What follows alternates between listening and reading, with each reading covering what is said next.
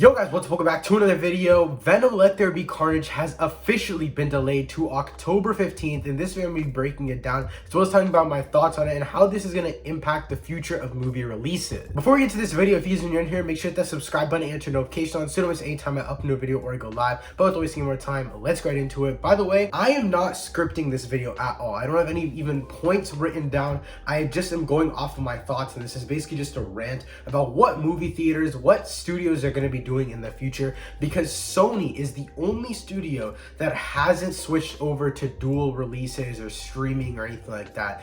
Disney's done it, Paramount's done it, Universal has done it, everyone has done it, Warner Brothers has done it, especially Warner Brothers with the HBO Max thing.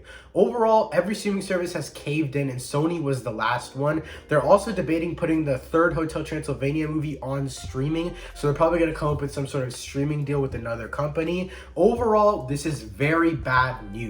Venom Let There Be Carnage delays to October 15th really messes stuff up. They're still probably going to keep Spiderman No Way Home for the December date. The October 15th date is actually not that crazy just because they already delayed it in New Zealand a few weeks ago. But overall, this is still really bad news, because if nothing gets better by October 15th, then it's still going to get pushed back. And if it gets pushed back anymore, I don't think Sony wants to release two big movies back to back. I'm going to be honest with you guys. In general, just the rumor of Venom 2 moving was already very prominent. I'm going to be honest. We've been hearing about this potential delay for a while now, and overall, I just don't think it's looking good. It just doesn't really make sense to me for them to release the movie anyway. Venom 2 is going to be a big box office movie, so they're going to want to make the most money off of it as possible. And the other movie that is going to be most profitable is Spider-Man No Way Home. That movie, I guarantee you, is not going to come out. Venom Let There Be Carnage is delayed one more time,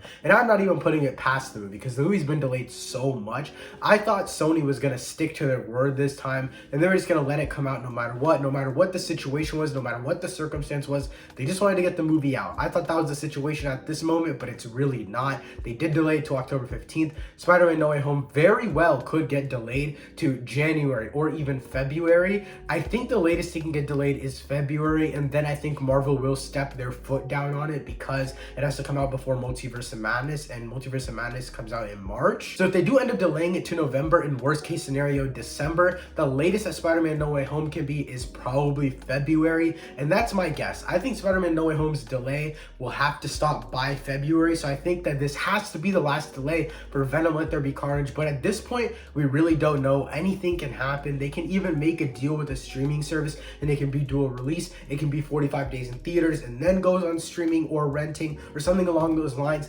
Sony has to figure something out because they're one of the only studios with no streaming service, and they don't have enough things to actually put on streaming services. That's the biggest issue, and I think they don't want to sign away to like Netflix or Amazon Prime or some other big company like that, because then they lose more money in the box office. The bigger the secondary platform or the third-party platform that they're using to get their stuff out, the less the box office they're going to get. If they put a dual release on Netflix, there's going to be millions and millions of people watching it on Netflix. And another thing that has to do with this whole dual release box office thing that I wanted to mention in a future video, but I'm already talking about it here, is Shang-Chi and Free Guy. Shang-Chi comes out September 3rd or 4th, if I'm not mistaken. Free Guy is already out. It comes out this weekend that I'm recording, that this video is coming out, and Free Guy has to do good in the box office. It's a Fox Studios movie, so it's distributed by Disney technically. If this movie doesn't do good, even Shang-Chi could potentially get delayed. I'm gonna put two pictures up on screen right now.